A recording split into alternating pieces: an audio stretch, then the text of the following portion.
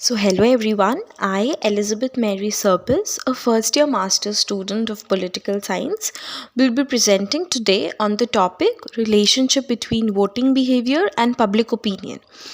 Now let us understand what exactly voting behavior is. Voting behavior simply means that studying why people vote the way they do. So it's not just about who wins the elections, but also about the social, the economic, and psychological factors behind every vote. Now, Harold Laswell famously said that politics is about who gets what, when, and how.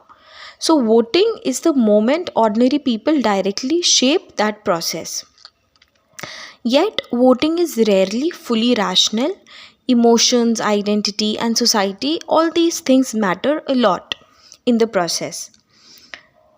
So, what is public opinion then?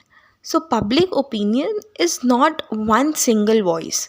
It changes with events, with media, with economic conditions. So, a good example would be the elections in France in 2017, wherein public frustration with traditional parties created space for Emmanuel Macron, a political outsider, to win the presidency.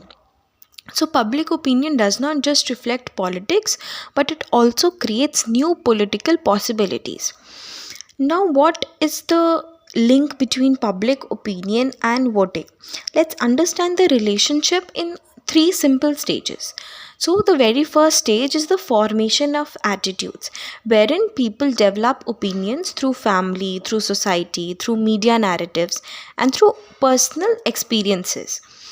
Then comes the second stage, which is the political influence, wherein political parties play a very vital role.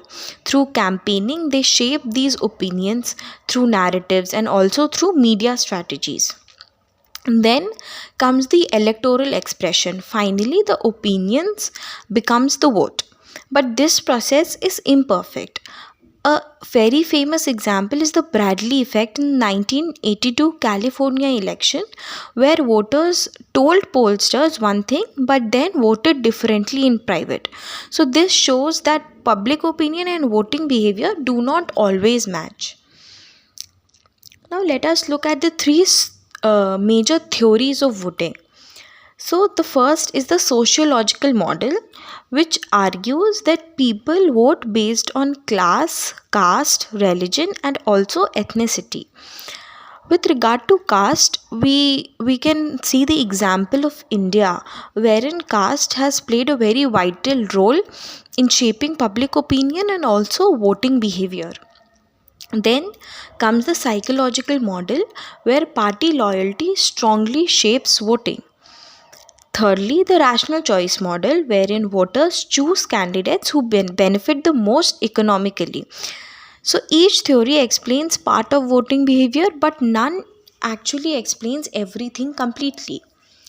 Now, let us look at the factors that determine the voting behavior. Firstly, looking at the social and the economic factors. So, social factors include caste, religion, class, and community, which strongly influence voting. So, economic conditions also matter greatly.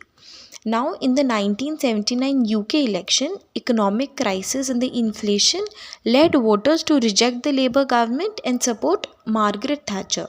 So, in simple terms, when people suffer economically, they usually vote for change. Then comes the political and the media factors. Now, today, leadership plays a huge role in elections. Many parliamentary elections now revolve around individual leaders rather than parties.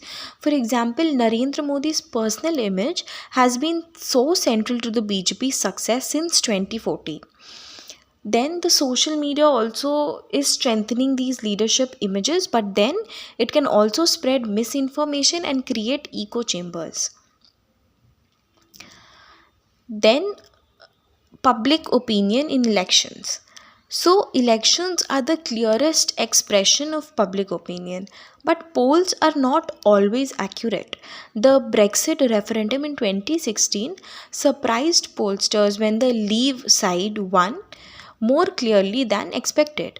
So, also, many citizens never vote, meaning public opinion does not always fully translate into electoral outcomes.